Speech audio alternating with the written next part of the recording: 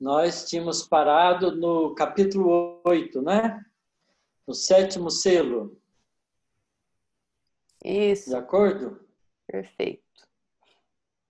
Eu vou ler o texto anterior para a gente relembrar, que é o triunfo dos eleitos no céu. João continua dizendo: depois disso, eis que vi uma grande multidão que ninguém podia contar, de todas as nações, tribos, povos e línguas. Estavam de pé diante do trono e diante do Cordeiro, trajados com vestes brancas e com palmas na mão. E em alta voz proclamavam: a salvação pertence ao nosso Deus, que está sentado no trono, e ao Cordeiro. E todos os anjos que estavam ao redor do trono, dos anciãos e dos 4 seres vivos, se prostraram diante do trono para adorar a Deus. E diziam: Amém, o louvor, a glória, a sabedoria, a ação de graças, a honra, o poder e a força pertencem ao nosso Deus pelos séculos dos séculos. Amém. Um dos anciãos tomou a palavra e disse-me: estes que estão trajados com vestes brancas, quem são e de onde vieram? Eu lhe respondi: meu senhor, és tu quem o sabe. Ele então me explicou: estes são os que vêm da grande tribulação. Lavaram suas vestes e alvejaram-nas no sangue do Cordeiro. É por isso que estão diante do trono de Deus, servindo-o dia e noite em seu templo. Aquele que está sentado no trono estenderá sua tenda sobre eles. Nunca mais terão fome nem sede, o sol nunca mais os afligirá, nem qualquer calor ardente, pois o Cordeiro que está no meio do trono os apacentará, conduzindo-os até as fontes de água da vida. E Deus enxugará toda lágrima de seus olhos. Então, aqui, esse trecho, ele faz uma alusão aos que se redimiram durante um certo tempo, que ele chama de tribulação.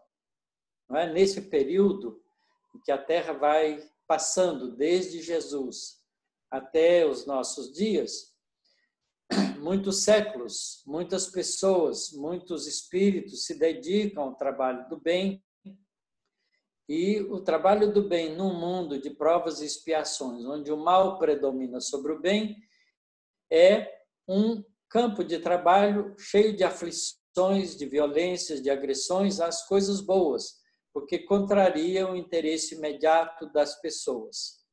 E por isso eles foram sacrificados. Mas em honra de tudo isso, eles conseguem, pelo trabalho, pela dedicação e pela coragem de trabalhar pelo bem, acima de qualquer interesse pessoal, eles conseguem transformar as suas vestimentas espirituais em vestes brancas. Certo? Quer dizer, eles purificam-se e o corpo perispiritual deles mostram eles com os recursos que eles já têm adquirido. Então, eles estão acolhidos no mundo espiritual por causa do trabalho deles. E é o que o ancião, então, explica para João, né? Aquele que está sentado no trono estenderá a sua tenda sobre todos eles. Nunca mais terão fome nem sede, o sol nunca mais os afligirá, nem qualquer calor ardente, porque os espíritos superiores, os espíritos que conseguem a libertação espiritual, estão livres de qualquer sensação material. Pois o Cordeiro, Jesus, que está no meio do trono, os apacentará, conduzindo-os até as fontes da água da vida.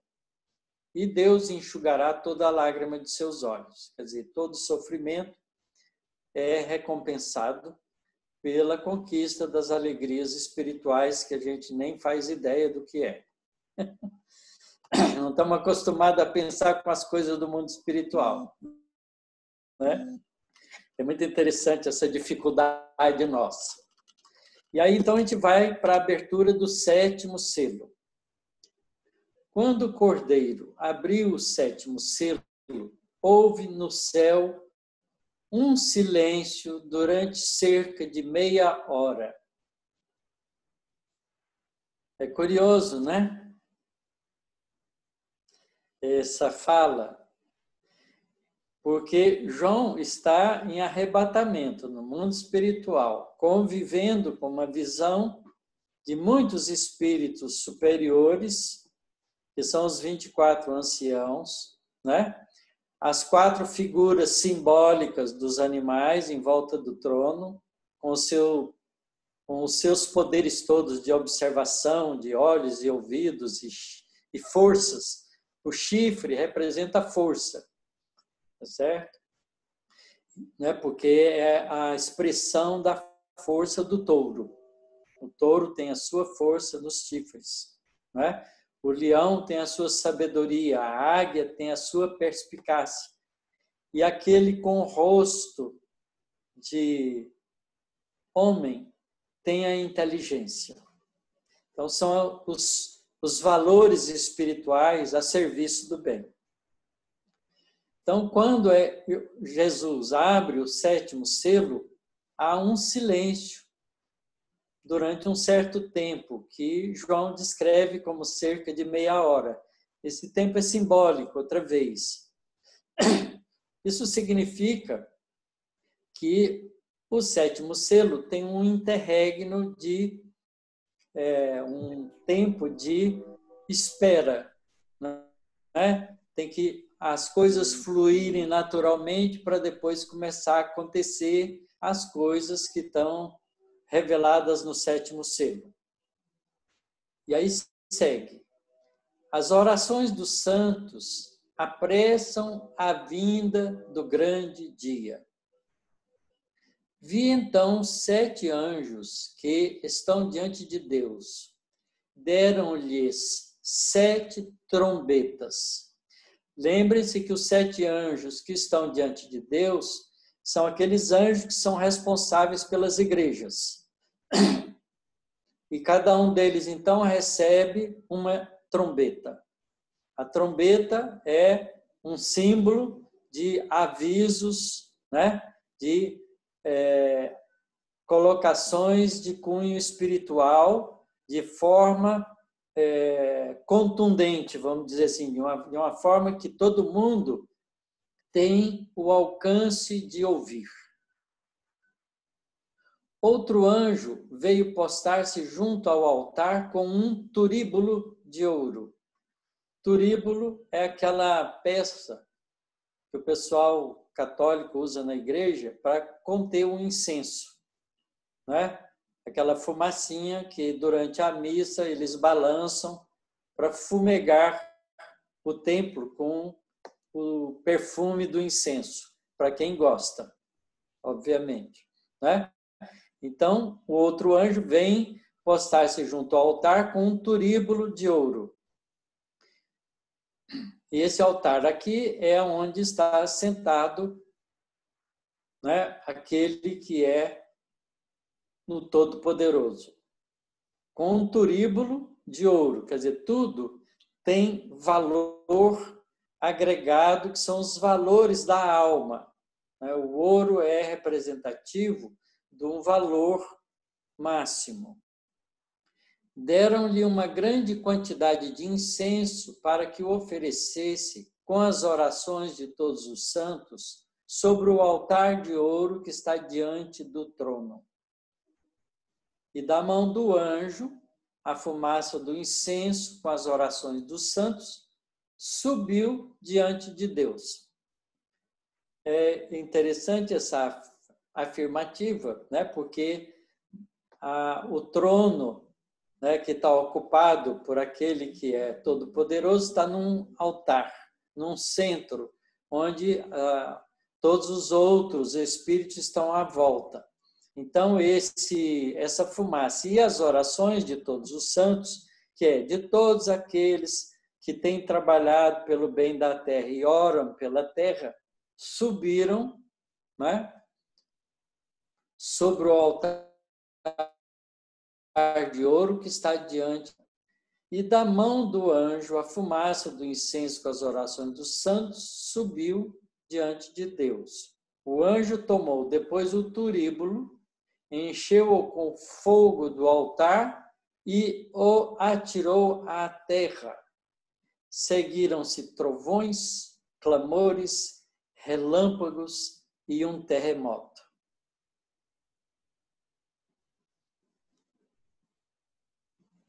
Quer dizer, o fogo do altar, né, tem um papel que é trazer aos homens na terra as circunstâncias para que os espíritos encarnados na terra, e claramente os espíritos desencarnados também, percebam esse fogo do altar que João interpreta como trovões, clamores, relâmpagos e terremoto. E um terremoto, né? E terremoto, na verdade, porque aqui são símbolos, né, de manifestações das forças da natureza, tá ok? Trovões, clamores, relâmpagos e terremotos são os clamores da natureza. Quer dizer, nada é feito fora das regras da natureza. E é isso que a gente tem que entender aqui, porque não há nenhuma situação de exceção ou de magia, ou de mágica, ou de manifestação retundante daquilo que poderia ser uma intromissão de momento. É simplesmente utilizando os recursos e as forças da natureza que as forças espirituais vão se manifestar para as criaturas da Terra. Então, vejam que foram 7 trombetas dadas para os 7 anjos. Então, vamos ver o que cada trombeta dessa vai trazer de informação. As 4 primeiras trombetas. Os 7 anjos, munidos com as 7 trombetas, se prepararam então para tocar. E o primeiro tocou. Caiu então sobre a terra granizo e fogo misturado com sangue. 1/3 parte da terra se queimou. 1/3 das árvores se queimou. E toda a vegetação verde se queimou. Então veja que a trombeta está trazendo sofrimentos. Tá certo? Quer dizer, é mais ou menos claro a gente entender isso, porque como a gente tem um pensamento espírita, a gente sabe que o sofrimento, no mundo de provas e expiações, serve para reconduzir os espíritos em sofrimento para o caminho da evolução. A gente evolui com 2 forças básicas, não é? E com vários recursos. As 2 forças básicas são o livre-arbítrio de cada criatura. E a outra força básica é a responsabilidade que a lei de causa e efeito traz com as escolhas feitas pelo livre-arbítrio de cada um. Tá certo? E a gente sabe que quando a gente faz uma coisa errada e as consequências nos visitam, a gente repensa o que fez e começa a fazer uma avaliação mais criteriosa, não é? Que nos ajuda a nos reposicionar diante das nossas novas escolhas. E, ao mesmo tempo, nos traz o senso de responsabilidade que a gente tem pelas escolhas. Por isso a gente amadurece e evolui, cresce. Então, aqui a gente sabe que num processo de mudança de mundo de expiações e provas para mundo de regeneração, há um tempo de transição. Esse tempo de transição, ele leva um tempo relativamente longo, nós já comentamos um pouco sobre isso. Mas a gente pode, né, nas avaliações que a gente fez, levar em conta que gasta pelo menos 1000 anos de transição. Quer dizer, um planeta de provas e expiações não vira um mundo de regeneração em menos de 1 ano de trabalho. Pelo seguinte, porque o mundo de provas e expiações abriga espíritos que já progrediram muito em inteligência, mas não tanto em moralidade. Mas a inteligência ajuda na compreensão das leis morais. Quando o indivíduo tem uma inteligência mais desenvolvida, quando o sofrimento lhe bate e ele repensa com os conhecimentos adquiridos, com o conhecimento intelectual já desenvolvido. E ele, então, pode entender os mecanismos das leis espirituais que nos governam, nos chamando à responsabilidade das nossas escolhas. Então, isso ajuda o espírito a mudar mais ou menos rapidamente. Mas, obviamente, que a mudança implica em reconstrução de valores. Aqueles valores que a gente prejudicou os outros e a consolidação do novo pensamento na gente com a aquisição de novos valores que sustentam esses novos pensamentos. Todos nós sabemos, mas nem todos nós, aliás, todos nós ainda não conseguimos fazer o que sabemos. Não é certo?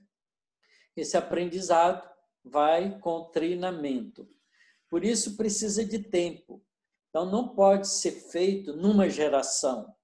Uma geração tem da ordem de 25 anos. E nem numa encarnação, que tem da ordem de 80, 100 anos.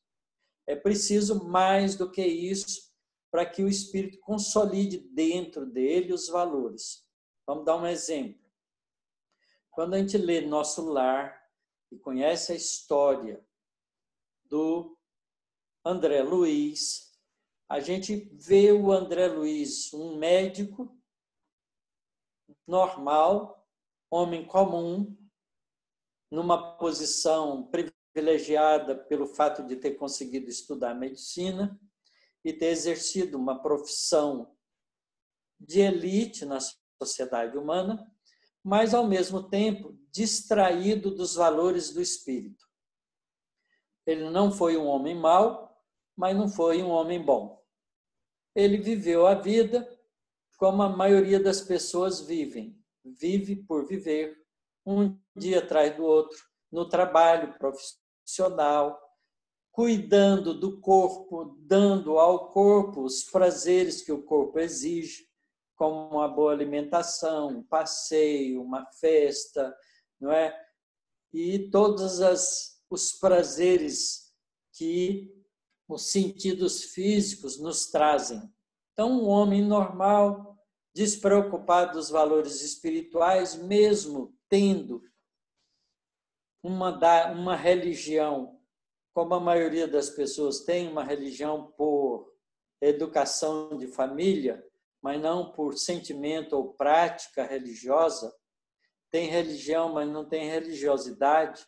Então, a pessoa vive a vida, né, gasta uma encarnação sem muitas aquisições espirituais, mas faz outras aquisições. Quais são as aquisições que a gente faz? A gente aprende outras coisas, né? A gente aumenta o nível de relacionamento, a gente profissionalmente tem a oportunidade de ser útil, às vezes interesseiramente, às vezes mais altruisticamente, ou pelo menos com o prazer de fazer direito porque gosta de fazer direito, né? Mas é uma vida muito mais voltada para o dia a dia da vida do que para os valores espirituais. Quando vem um sofrimento, o caso do André Luiz, quando ele descobre que está com câncer, ele acaba sendo hospitalizado e passa 40 dias lutando no hospital contra o câncer e vem a desencarnar com o câncer intestinal. Apesar disso, no mundo espiritual, ele é considerado suicida, porque ele, como qualquer homem comum vivendo pelos sentidos e pelo dia a dia da vida, abusa do corpo físico e desgasta ele desnecessariamente. Então, se tinha uma encarnação programada para viver 70 anos e vive 60, porque compromete 10 anos de vida, é considerado suicida por 10 anos. Pelos 10 anos que gastou desnecessariamente, abusivamente, sem nenhuma vantagem espiritual do corpo físico. É diferente de um indivíduo que desgasta 10 anos da vida dele trabalhando pelo bem comum. Certo? Porque aí ele está angariando valores espirituais. Então, a vida espiritual, a aquisição espiritual é mais importante que a material. Então, nesse caso, né, a gente precisa de um tempo, porque o André Luiz só foi recuperando devagar. E quando a gente lê o último livro dele, que é E a Vida Continua, a gente fica muito impressionado de ver o André Luiz novo, né, no mundo espiritual. E já tem nele um espírito, muitos de nós achamos até que ele é um espírito superior, mas ele não é. Na linguagem espiritual, o espírito superior é muito mais. É um espírito que já está livre do processo reencarnatório na Terra. O Bezerra de Menezes é o caso, né? O Emmanuel ainda não é o caso, porque ele ainda tem necessidade de reencarnar aqui no nosso planeta. O Bezerra de Menezes pode ir embora a hora que ele quiser. Ele só está aqui por amor a nós. Então, essas diferenças são importantes. Quer dizer, ele é um espírito que já adquiriu um conhecimento bom, um comprometimento com o bem bom, mas ainda tem coisas para resolver num mundo de provas e expiações ou no mundo de começo de regeneração. O mundo de regeneração, não importa. Então, a gente tem o Emmanuel reencarnado, né? Ele está reencarnado já. Bezerra de Menezes não vai reencarnar na Terra mais, a menos que ele queira como missão. Então, essas diferenças são importantes. Então, essa transição de um espírito, não é, mais ou menos comum para um espírito com lucidez espiritual, que é o que a gente sabe que o André Luiz agora tem, precisa ainda de reencarnar para comprovar através da reencarnação, porque esquece as coisas da vida espiritual, aquilo que realmente ficou consolidado como aquisição no mundo espiritual dos valores espirituais que ele cultivou. Então, é por isso que chama prova. Isso a gente pode fazer também no mundo de regeneração, porque as provas continuam no mundo de regeneração. Então, esses espíritos todos provavelmente ficam na Terra e continuam evoluindo na Terra. André Luiz, Emmanuel, nós, se a gente fizer isso também, tá certo? Mas aí precisa de tempo para poder consolidar dentro da gente o compromisso com o bem a qualquer preço, quer dizer, com capacidade de renúncia pelos interesses imediatos da vida. Tá ok? Então, é preciso, entre o fim do mundo de provas e expiações e o começo de regeneração, uma transição que permita que todos os espíritos que estão nessa fase aproveitem e fiquem no mundo de regeneração, porque Deus é generoso, é misericordioso. Ele não quer que a maioria dos espíritos saiam da Terra. Ele quer que a maioria dos espíritos herdem a Terra. Mas para herdar a Terra, precisa construir esse compromisso de valores espirituais. Então, precisa de um tempo de transição. O Allan Kardec explica isso muito bem na Gênese, quando ele fala dos espíritos, né, dos homens que desencarnam no mundo espiritual, toma conhecimento da realidade espiritual, cresce lá e volta para ajudar a regenerar a Terra, regenerando a si mesmo. Certo? Então, muitos vão ser levados, mas outros não. E aí a gente vê, né, que esse primeira trombeta cai sobre a terra, trazendo granizo, fogo misturados com sangue, quer dizer, um sofrimento que ajuda os espíritos no processo de regeneração, de se libertar dos compromissos, das dívidas espirituais, para poder ficar no mundo de regeneração, que tem prova, mas não tem mais expiação. As expiações ficam no mundo de provas e expiação. Tá certo? E aí ele faz uma numerologia interessante. Uma terça parte da terra se queimou. Um terço das árvores se queimou. E toda a vegetação verde se queimou. Mostrando que vai haver mudanças na estrutura também do planeta. Isso também é natural acontecer, tá certo?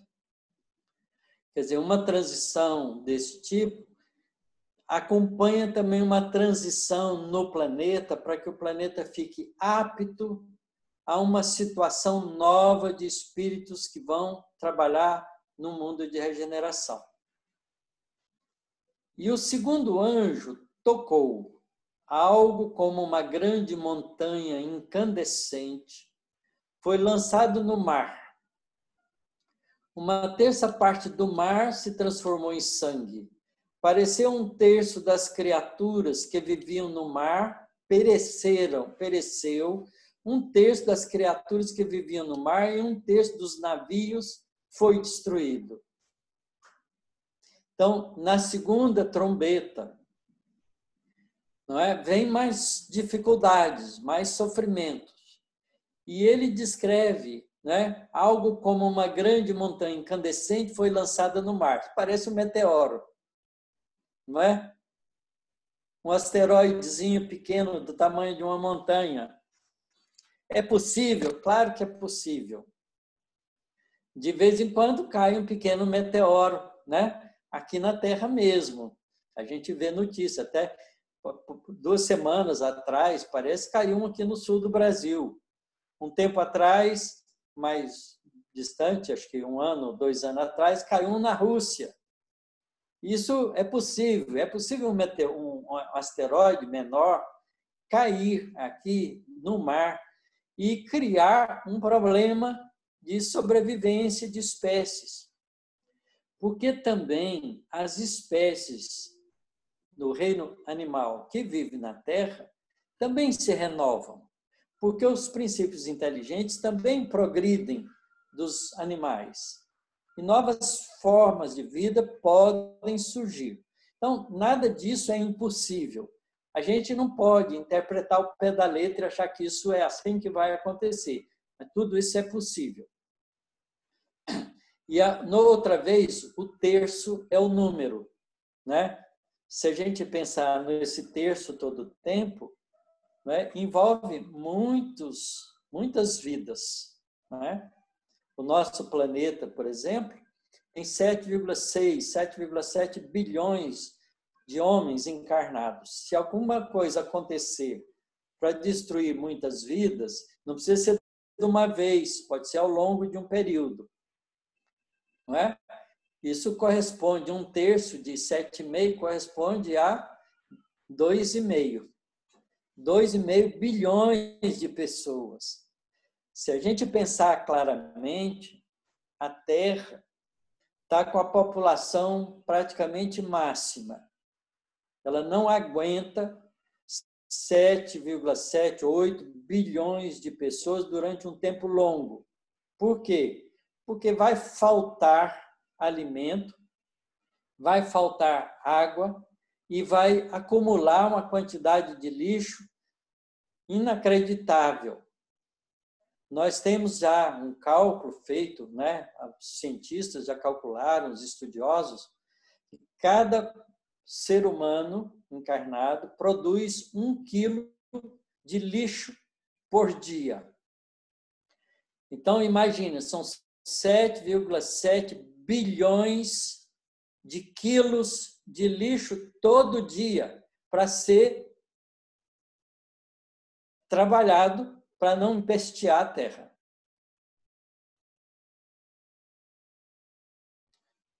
Eu não sei se vocês assistem esse programa Largados e Pelados, Pelados e Largados. Ele é interessante, porque às vezes são feitos em ilhas, ou de sobrevivência, daquele Ed Stafford, do Bear Grylls. Tem vários programas desse tipo de sobrevivência, que eles são largados em ilhas que estão isoladas no meio do Pacífico, no meio do Atlântico, né, nas regiões não muito distante da costa, e todas as ilhas estão coalhadas de lixo, plástico, pedaço de coisa, de isopor, de tudo quanto é porcaria que a gente, chinelo, tudo quanto é porcaria que a gente vê. Porque a gente não tem lugar de despejar tanto lixo. Tem países que, na surdina, saem com navios repletos de containers cheios de lixo e despejo no meio do oceano. Já foi denunciado, mas ninguém dá conta de coibir isso. Então, obviamente, que a população da Terra não vai poder continuar a ser muito alta por causa da própria sobrevivência do planeta. Então, a gente pensa que 1/3 é muito, mas não precisa ser. Eu não estou dizendo que vai acontecer de 1/3 das pessoas ir embora. A gente não pode interpretar o pé da letra. Mas a gente tem que entender que muita gente, muitos espíritos vão deixar o planeta Terra. E o 3º anjo tocou. Caiu do céu uma grande estrela ardendo como uma tocha, e caiu sobre a terça parte dos rios e sobre as fontes. O nome da estrela é Absinto. A terça parte da água se converteu em absinto, e muitos homens morreram por causa da água que se tornou amarga.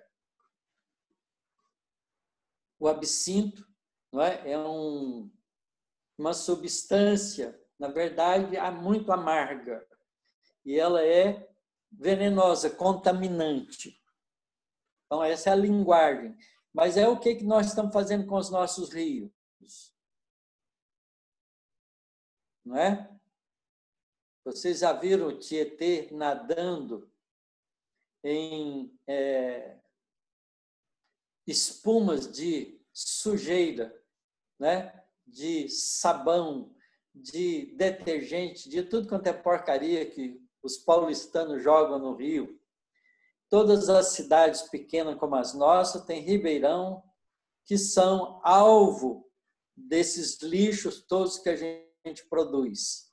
Então, essa é uma linguagem simbólica, dizendo que vai faltar água para a população, que é muito grande. Então, é simbólico, tudo isso é simbólico. Caiu sobre a terça parte dos rios, sobre as fontes. Veja que nunca é destruição total, tá certo? Para a gente entender que isso é uma transformação, não é uma destruição. A terça parte da água se converteu em absinto e muitos homens morreram por causa da água que se tornou amarga. E o 4º anjo tocou 1/3 do sol, 1/3 da lua e 1/3 das estrelas foram atingidos, de modo que 1/3 parte deles se ofuscou. O dia perdeu 1/3 de sua luz, bem como a noite. Então vi e ouvi uma águia que voava no meio do céu, gritando em alta voz: ai, ai, ai dos que habitam a terra por causa dos restantes toques da trombeta dos 3 anjos que estão para tocar. Olha, se os 4 primeiros já traz amargura e sofrimento para a terra, aí essa águia, né, que é aquele símbolo de uma das figuras, né, dos animais que estão em volta do trono, sai avisando, né? A águia tem uma percepção, uma visão de alcance, uma agilidade, a liberdade de ir e vir por todos os lados, porque ela voa bem. Então, ela sai avisando, né? Ai dos que habitam a terra por causa dos restantes toques da trombeta dos 3 anjos que ainda faltam para tocar. Então, a gente vê que essas transformações todas não são transformações simples, suaves, tranquilas. Então, um vírus como o que nós estamos participando agora faz parte desse processo, não é? Faz parte dessas dificuldades, são desafios. E esse vírus, às vezes a gente fica pensando que ele é o fim do mundo, mas ele é muito menos danoso do que foi o vírus da gripe espanhola. A gripe espanhola matou 50 milhões de pessoas no século XVIII e XIX. 50 milhões de pessoas. 1/4 da população do Brasil, mais ou menos. Tá certo? Em 2 ou 3 anos, 2 anos. Pouco tempo. Esse Covid ainda não matou nem 1 milhão de pessoas. Tá certo? Então, a gente está assustado, mas não precisa ficar assustado, porque as coisas não são assim. Mas, de qualquer maneira, é um aviso forte para a gente entender que a vida terrena é transitória, que a vida espiritual é mais importante que a vida transitória. Então, olha, as 4 primeiras trombetas está descrita nesse texto como dificuldades e problemas para o nosso mundo, tá certo? Porque nós estamos numa fase de transição, e essa fase de transição que começou, na minha opinião, na opinião do meu grupo de estudo aqui do Livro dos Espíritos, começou logo depois da Revolução Francesa. E ela começou com o trazimento, né, das liberdades democráticas, porque foi essa mensagem da Revolução Francesa, apesar de não ter conseguido, mas a mensagem veio. Junto com ela, logo depois, veio a mensagem da doutrina espírita, que está conosco, certo? Essas mensagens vêm junto, mas depois dessas mensagens, nós tivemos 2 guerras mundiais. E a Segunda Guerra Mundial matou em 5 anos 45 milhões de pessoas, menos do que a gripe espanhola. Mas aí foi obra de violência e agressão humana. Tudo isso está inserido nessas dificuldades, nesses sofrimentos que está anunciado aqui no Apocalipse. Lembrem que o Apocalipse foi escrito no final do 1º século do cristianismo, certo? Então, isso aí já era conhecido há 1900 anos atrás. A 5ª trombeta. Alguém quer fazer alguma pergunta? Quer falar alguma coisa?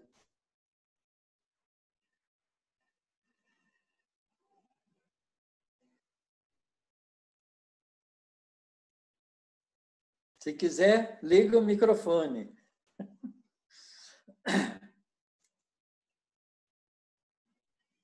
Então, vamos em frente? Falta 10 minutos, Cleusa. A 5ª trombeta. E o 5º anjo tocou. Vi então uma estrela que havia caído do céu sobre a terra. Foi-lhe entregue a chave do poço do abismo. O que representa a estrela nesse caso? É um personagem espiritual.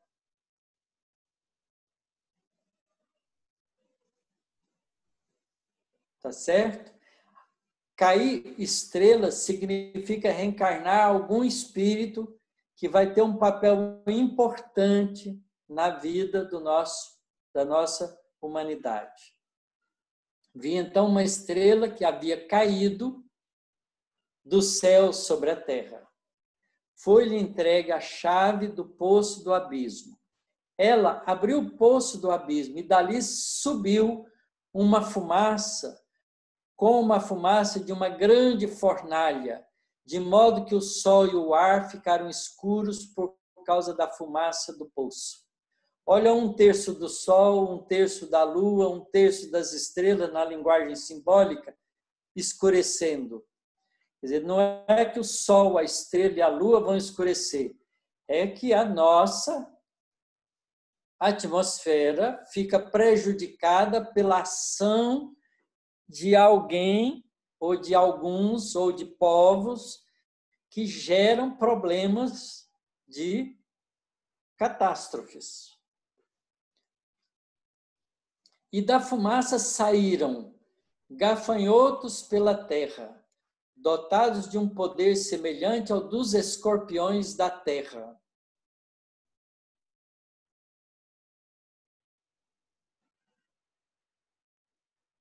O que parece isso para vocês? Fumaça, grande fornalha, são bombas. Gafanhotos são aviões. São guerras. E tem dotado de um poder semelhante ao dos escorpiões da terra, quer dizer, de envenenar, né? De matar. Disseram-lhes, porém, que não danificasse a vegetação da terra, nem o que estivesse verde e as árvores, mas somente os homens, que não tivesse o selo de Deus sobre a fronte. Foi-lhes dada a permissão não de matá-los, mas de atormentá-los durante 5 meses, com um tormento semelhante ao do escorpião quando fere um homem.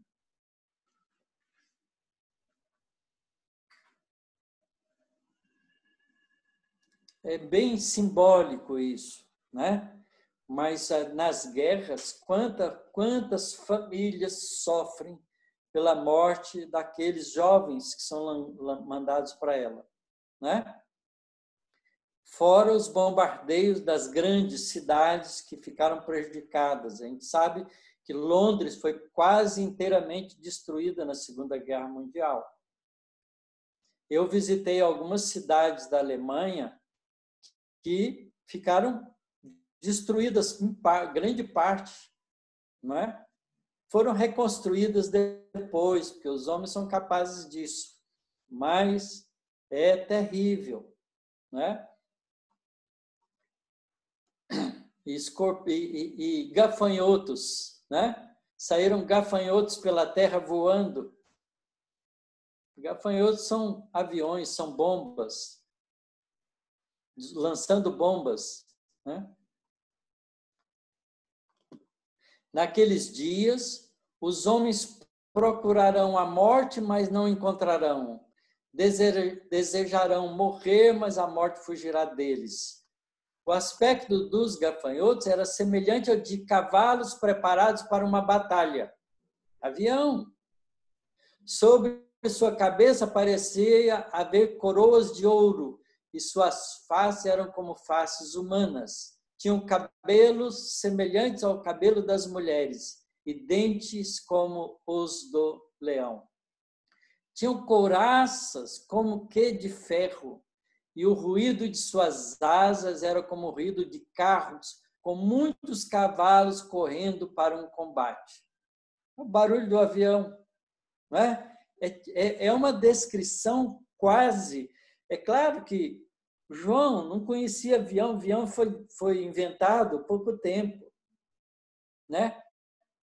Tá certo? Mas ele estava vendo o futuro, estava vendo na quinta trombeta, não é? A humanidade se autodestruindo, criando sofrimentos por causa das ações bélicas, usando os recursos para isso, e que continua, porque esse processo ainda não acabou. A gente está vendo na Síria cidades inteiras sendo destruídas por bombas e aviões, e sofrimento. Nós temos 2 milhões de refugiados. Olha o número de refugiados, 2 milhões de refugiados por causa das guerras, das últimas guerras que ainda estão em ação.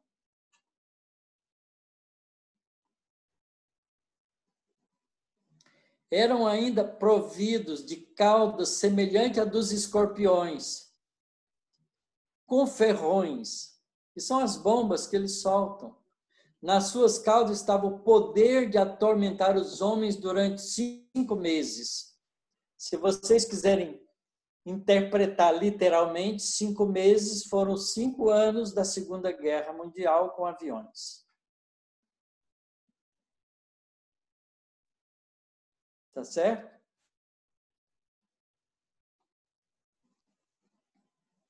O número 5 parece aparecer acidentalmente, né, na linguagem, mas não é, ela tem um significado. Como rei... É interessante aqui, né, Otacílio, que ele sai um pouco, parece, daquela simbologia e ele entra numa descrição quase literal mesmo. Ele está descrevendo, é claro que tem que ter olhos de ver, evidentemente. A gente está aqui com você e tal, mas... E ele está descrevendo um futuro que ele não conhecia. Pois João não é. tinha essa imagem terrena. Sim. Não é porque o médium, quando volta do transe, descreve o que viu com a linguagem da Terra, com a imagem e as palavras que ele cultiva no seu conhecimento atual. E João não tinha conhecimento do futuro. Então, ele descreve como gafanhoto, porque as pestes de gafanhotos,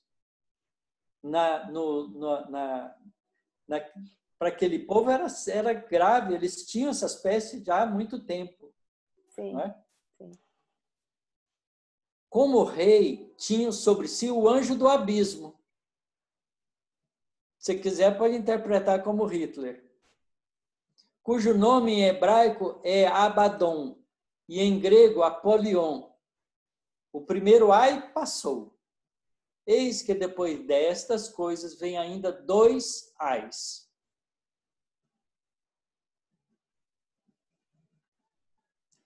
É muito interessante, né? Muito interessante.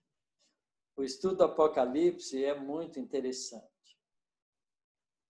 Se a gente consegue olhar com calma, né? E analisar sem preconceitos e também sem tomar as coisas ao pé da letra, porque isso tudo é simbólico e não precisa ter um único rei, tá certo?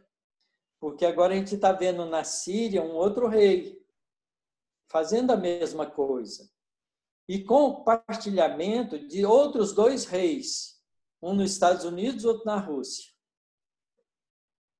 Porque essa guerra não é guerra dos sírios, é guerra dos países grandes que tomam partido em defender um lado ou outro e alimentam a guerra com as bombas, com as armas mortíferas, com os aviões poderosos, com os foguetes de alto alcance, com tudo isso que é altamente destrutivo e põe a população sofrendo, sofrendo. Crianças, velhos, gente jovem, destrói a perspectiva de vida de milhões de pessoas. Esse foi o primeiro ai.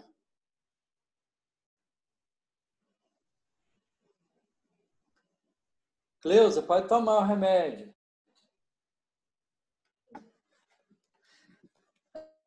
A sexta trombeta. E o sexto anjo tocou. Ouvi então uma voz que provinha dos 4 chifres, poder, do altar de ouro colocado diante de Deus, e dizia ao sexto anjo que estava com a trombeta: liberta os 4 anjos que estão presos sobre o grande rio Eufrates. João não conhecia outro rio grande, né? Era o Nilo, o Eufrates e o Tigre. Eram os 3 rios mais grandes que eles tinham notícia por causa do local que eles viviam. Que o Rio Jordão era pequenininho. Veja aqui que ele fala grande rio Eufrates, que é simbólico também. Esses 4 anjos são aqueles anjos que estavam de vigia, que iam soprar ventos lá atrás, lembra? Os 4 anjos que estavam prontos para a hora, o dia, o mês e o ano, foram então libertos para matar a terça parte dos homens. O número de cavaleiros do exército era de 200 milhões. Ouvi bem seu número. Na minha visão, os cavalos e os cavaleiros tinham esse aspecto. Vestiam couraças de fogo, de jacinto e enxofre. A cabeça dos cavalos era como de leão, e de sua boca saía fogo, fumaça e enxofre. Uma terça parte dos homens foi morta por causa desses 3 flagelos: o fogo, a fumaça e o enxofre, que saíam da boca dos cavalos. O poder dos cavalos, com efeito, está na sua boca e nas caudas. De fato, suas caudas parecem serpentes. Têm cabeça com as quais causam danos. Os outros homens que não foram mortos por esses flagelos não renunciaram sequer às obras de suas mãos, para não mais adorar os demônios, os ídolos de ouro, de pedra e de madeira, que não podem ver, nem ouvir ou andar. Não se converteram também de seus homicídios, magias, prostituições e roubos. Essa guerra aqui é guerra dos tanques de guerra. Olha o tanque de guerra, não é? O que ele representa? O poder está em sua boca, nos grandes canhões e nas caudas. Né? Os carros hoje, um caminhão que tem atrás um lança-míssil que lança 12 mísseis. Tipo o Patriota lá dos Estados Unidos, que eles usaram na guerra do Iraque.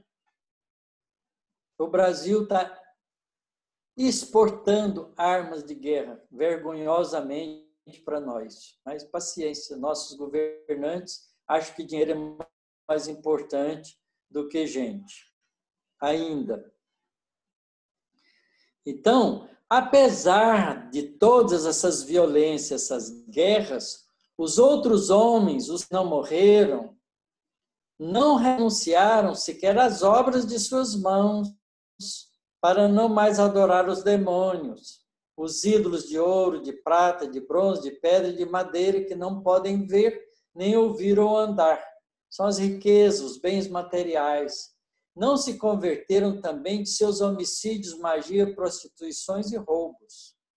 E apesar de toda essa agressividade, essa violência, essa quantidade de morte, não há mudança de comportamento, não é?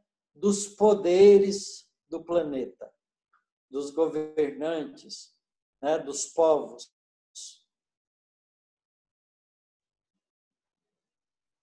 Você vê agora, né?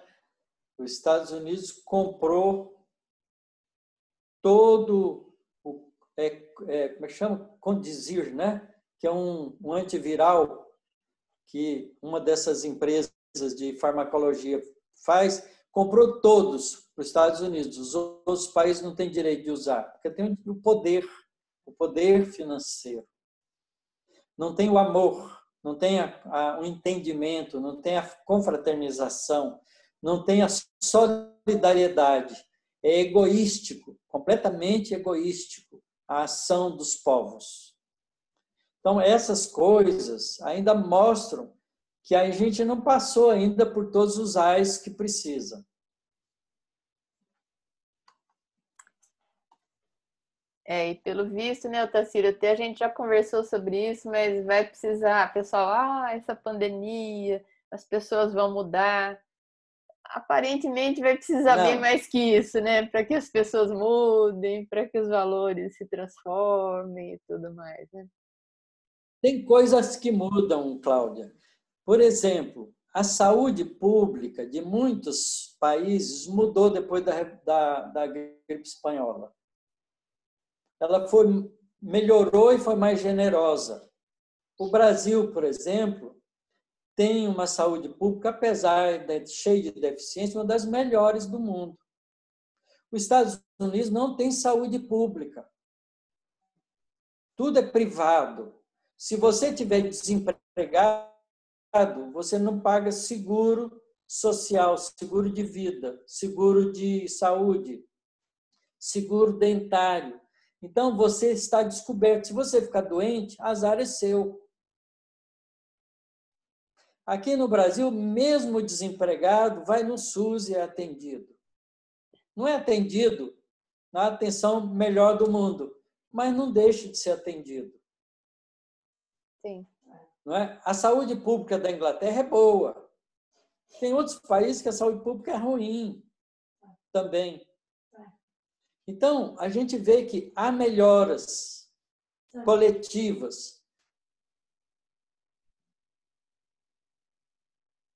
Mas isso não significa que, Sim. como um todo, não é? Ainda tem muitos problemas. Quer dizer, uma parte da população vai melhorando. A outra parte continua ainda interessado nos bens da terra. Tá certo? Por isso não se convertem. Continua ainda ligado ao interesse material.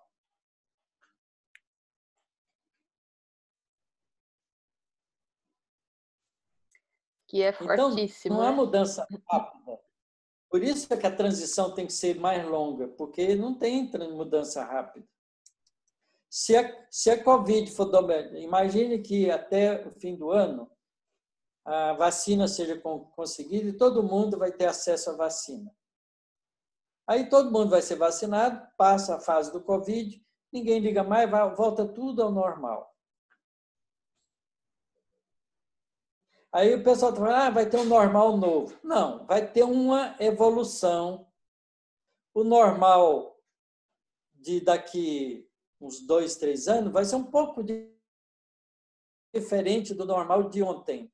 Mas o egoísmo, não é? A ganância de muitos ainda vai continuar. Aqui no Brasil foi feito um teste, uns 4, 5 anos atrás, uma enquete sobre...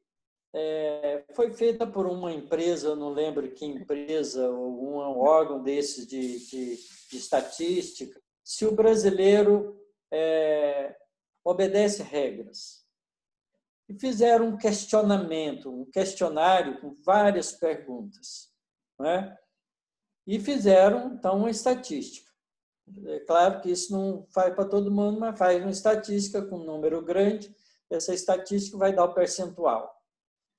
E faz pergunta do tipo, você para o carro na garagem dos outros, você come dentro do supermercado e não passa no caixa, você fura fila de banco, você não sei o quê. Então, é regra. Esses lugares comuns de obedecer regra social, regra de cidadania.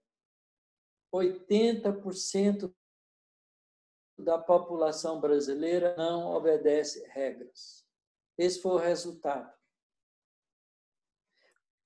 Como é que você pode construir um mundo de solidariedade com gente assim? Eu tenho pensado muito nessas Que coisas. que o Covid está estimulando? Um pouco de solidariedade. Então, muita gente vai se converter. Mas não vai ser todo mundo, né? Então, esse 20% que obedece regras vai aumentar talvez para 30%. Mas as coisas vão continuar mais uns 3 ou 4 ou 5, 10 Covids para poder chegar nos 70%, aí fazer uma transição. E eu tenho refletido, né, a maneira como o ser humano não está conseguindo respeitar o direito do outro manter o distanciamento, todas essas regras que a gente está tendo que seguir para bem de todos, né? E aí quando a gente pensa no respeito à natureza, né, ao planeta, isso parece tão distante da mente da maioria, né? Porque algo assim parece muito longe da realidade das pessoas. No entanto, essa maneira agressiva como a gente tem vivido aqui na Terra está tendo consequências, né? Só não vê quem não quer. Mas o ser humano está conseguindo respeitar quem está do lado, né? Isso é lei de causa e efeito. Você faz uma escolha e as consequências vêm. Natural. Se você não é solidário, vai viver um mundo não solidário. Mas não vai ser mais na Terra. Pois é. E Porque as pessoas não estão vai ser acreditando naquilo que elas estão vendo, né? Imagine acreditar no que a ciência está mostrando. E a gente tem não sei quantas pandemias em potencial aí, né? A gente tem vírus para isso. Estão aí, são bombas relógio para explodir. E imagina. Então, vão explodir provavelmente. inclusive construída pelo próprio homem, porque hoje o homem está manipulando a genética mais ou menos à vontade. Ainda não tem um código de moralidade, né, e regras de justiça para isso. Tem assim um sentimento de cada pessoa que faz. Mas o vírus, tem alguns vírus que são utilizados para fazer mudança genética, né, como portador da informação genética. Se você fizer um negócio desse, ele tiver uma mutação e fica danoso, ele viraliza. Sim. E você criou uma doença nova. Sem dúvida. O pessoal acha que o Covid-19 tem uma desconfiança de que foi isso que aconteceu. Que escapou de um laboratório, né? Que saiu de um experimento. Não sabe. É. Não tem garantia, mas é uma hipótese Sim. Não descartável. Também acho. É lei de causa e efeito, não tem jeito. Como se o homem estivesse brincando com forças que ele não consegue dominar, né? E ele, depois, o efeito vem de uma forma muito, eu diria, muito até leviana, né? É exatamente o caso das duas bombas atômicas. Sim. A gente não sabia direito qual era o poder de destruição. Vamos soltar uma para aprender, para ver como é que é. Pois é. Soltou uma de 20 quilotons. 20 quilotons são 20 toneladas, né? É equivalente a 20 toneladas de dinamite.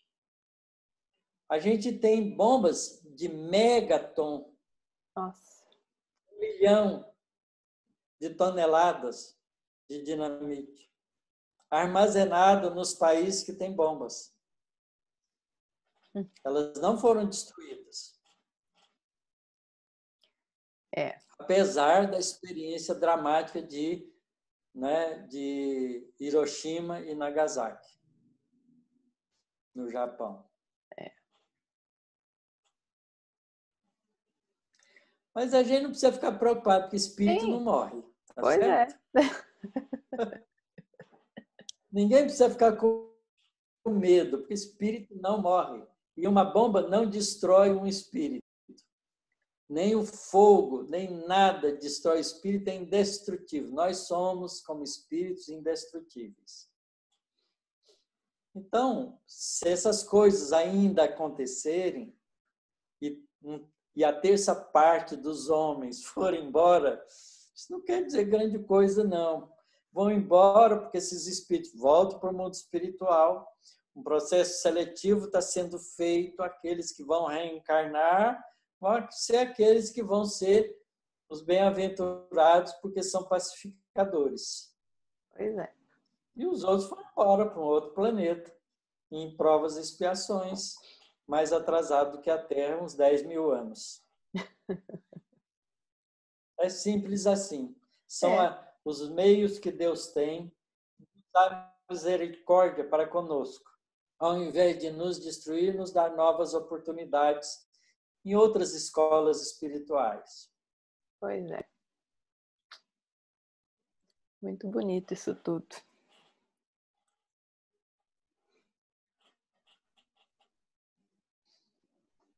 Vamos ficar aqui, porque aí vem a iminência do castigo final.